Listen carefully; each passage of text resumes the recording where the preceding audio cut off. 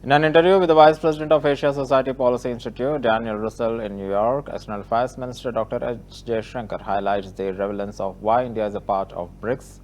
He said that BRICS has a history of Western dominance, so you have a collection of non-Western countries who felt they weren't getting a fair here in overall scheme of things. And by getting together, they will get their voice heard in the matters of their interest. A little bit about what India gets, what benefits accrue to India from participation in the Quad or participation in the BRICS. In the case of the BRICS, it has a different history. It's a history of an era where Western dominance on the global order was very much more. So you had really a collection of non-Western countries who felt they weren't getting a fair hearing in the overall scheme of things. For us to have this range of options, combination of partners working multiple agendas at the same time, that's how it's going to go. Well, can you help us understand a little bit about what India gets, what benefits accrue to India from participation in the Quad or participation in the BRICS or the SCO? Is it the same? Are these substantially different? And which of these, do some of these represent the future and some of them represent the past? No, look, I think all of them represent the future, partly because I think I'm myself part of the future. So you're kind of growing with that. If you look at the Quad, you have 4 countries. They're all market economies. They're all political democracies. They're all pluralistic societies.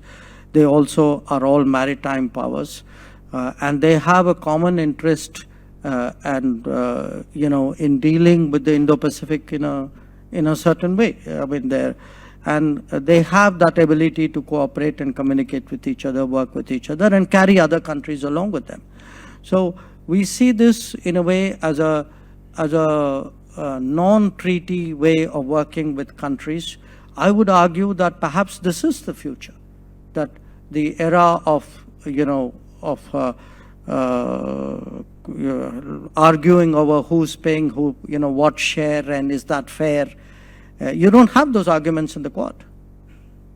So you don't have those arguments because everybody is doing, what they think is right, and there's a kind of a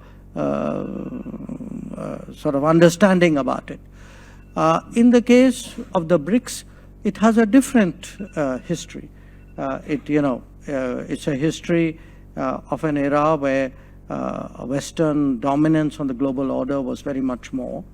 And so you had really a collection of non-Western countries who felt they weren't getting a fair hearing in the overall scheme of things, and that by getting together on issues on which their interests overlapped, they would be able to make their voices more strongly felt.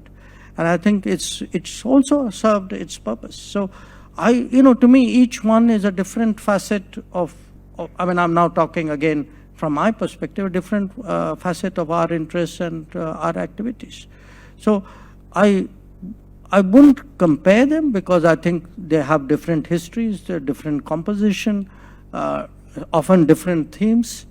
The SCO again has the history. It's more Eurasian. It was focused much more on countering radicalism, terrorism. That's where it began. And today it's perhaps evolved into something more. So for us to have this range of options, combination of partners working multiple agendas at the same time, that's how it's going to go. Well, can you help us understand